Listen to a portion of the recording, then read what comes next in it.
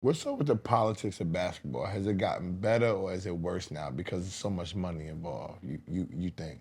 The politics, Were you ever on the side of the politics, Reg, of the nah, basketball? my shit was crazy because of stuff that I did, right? You know what I mean? When I came out, it was me, Chauncey Billups, Shamgard, Otis Hill, Gordon Malone. We all came out in the same draft, right?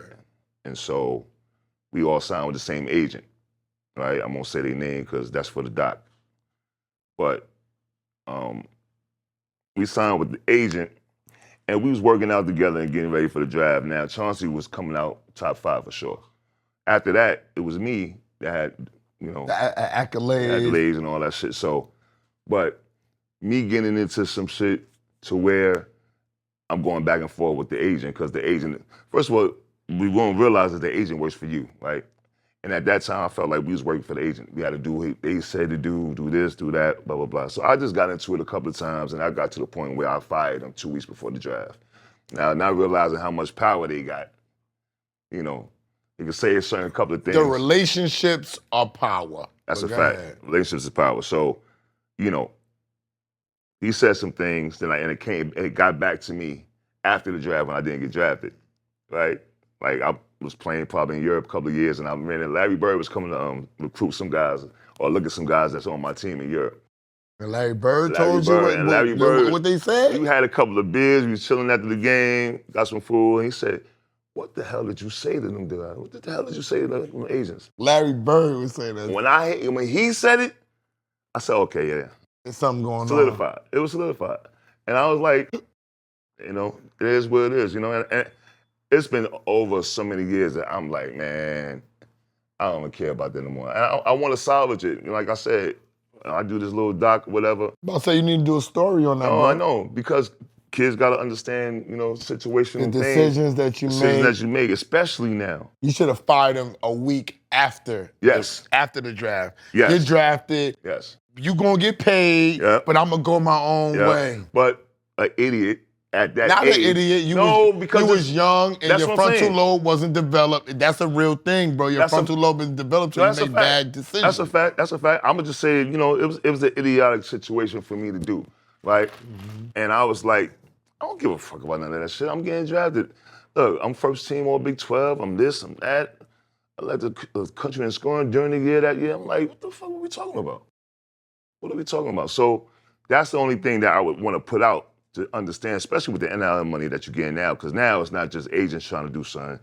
It's coaches, it's runners, trainers, it's, you got all kinds of things. Managers now. And you get NIL money now starting up in high school now. High school, 9th grade. So now people on your back. 8th grade, they looking at you to give you the bag. I'm just trying to say it's a thing that you gotta have the right people around you. How do you know that if you're a baby, bro? Because you 14, nigga. You're 18. Your nigga. older brother, your moms, they got to figure it out. Because now, if I brought home $200,000 or $400,000 and say, "Yo, mom, this is the money I'm getting," I think my mother would have looked into some shit and been like, "Yo." But your mother might be smart and she might be financially literate. These niggas born to crack mothers. That's a fact. Project mothers. That's a fact. Fathers that sell drugs in jail, don't know nothing. That's like you know, we sports. Like I'm gonna keep it real because I don't really talk about my sports life too much, right? Because I played 3 sports. Right. So as I decided to fuck with basketball, it was because of Shaheen. Shah was like, I played a summer tournament with Shah. Shah was like, nah, nigga, you the only nigga I'm passing to. So I saw the girls come to the game. Football and baseball is to the side now. Yeah. I'm a basketball player because Shaheen's the #1 player in the country in 8th grade. He says I'm nice. This is my man. I'm playing ball now. Right? So as you work on playing ball, my father was a baseball guy. He knew about baseball and the politics of football and where you gotta go and do all that. He didn't know about basketball. He cried when I stopped playing baseball and all that, because that was my #1 sport. Right? And he had the knowledge of everything. He had the knowledge of everything going on. But right. he cried. I'm not, no cap. I said, yo, I'm playing basketball, don't worry. You know what I'm saying? I'm gonna do this.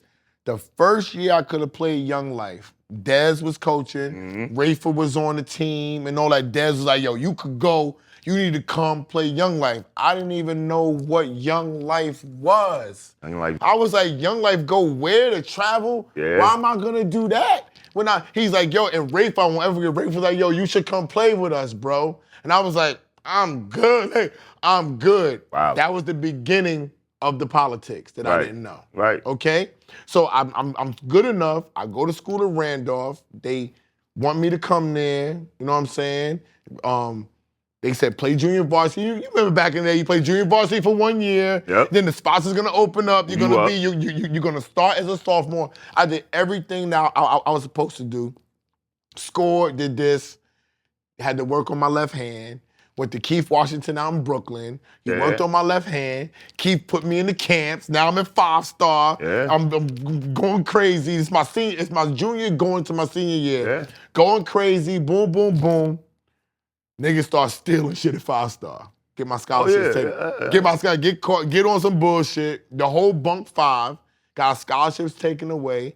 I fucking played ball. Broke my wrist in preseason, and after that, it was just like I'm just gonna finish my school year off and do whatever I gotta do. My parents didn't understand when they was like, yo, he's actually a year behind. I graduated 17, right? I could have went to prep school. I could have had another year, but my parents like, yo, you smart.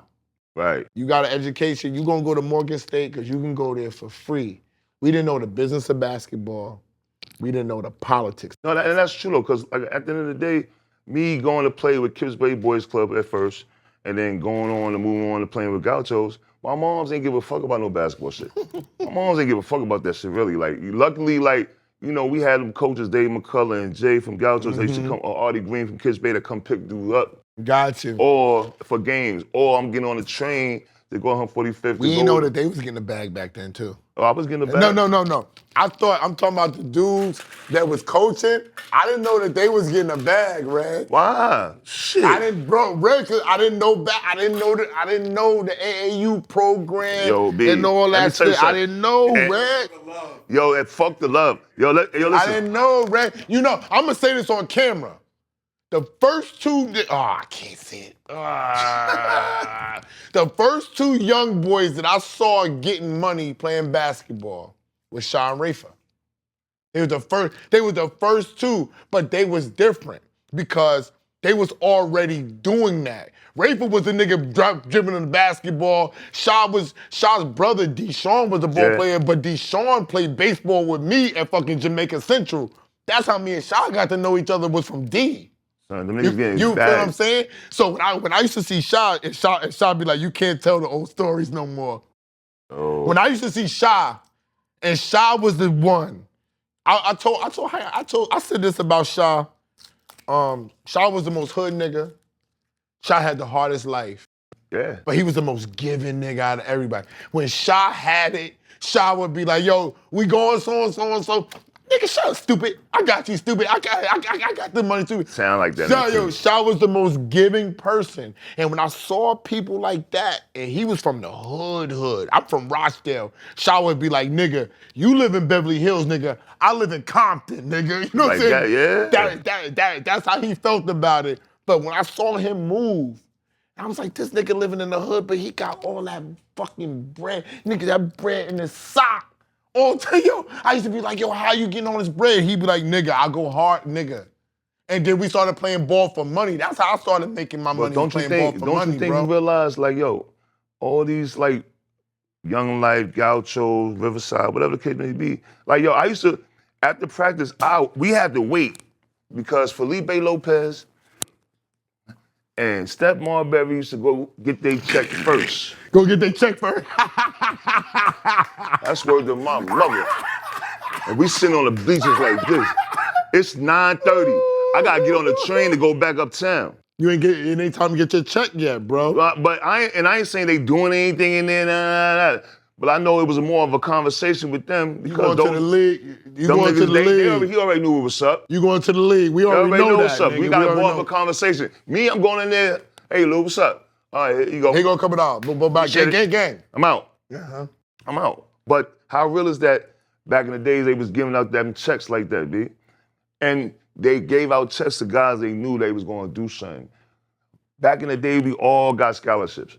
At that time, when Shy and then us before him, and then before us is B. Reese and Red Autry and all that. And Mash Bird. You think about that whole shit.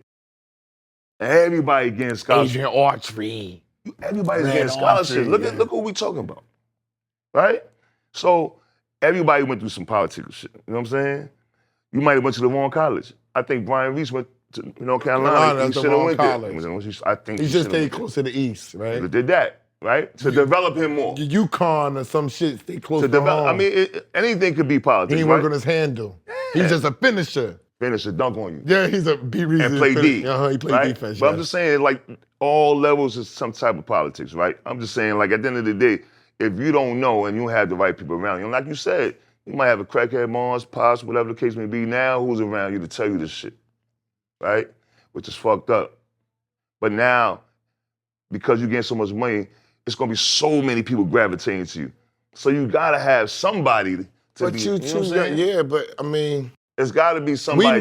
We know now. Well, us, we can help now because that's what my man Todd Grant do. That's what a lot of guys do. This is what I'm trying to. I was about to. You beat me to the punch a little bit.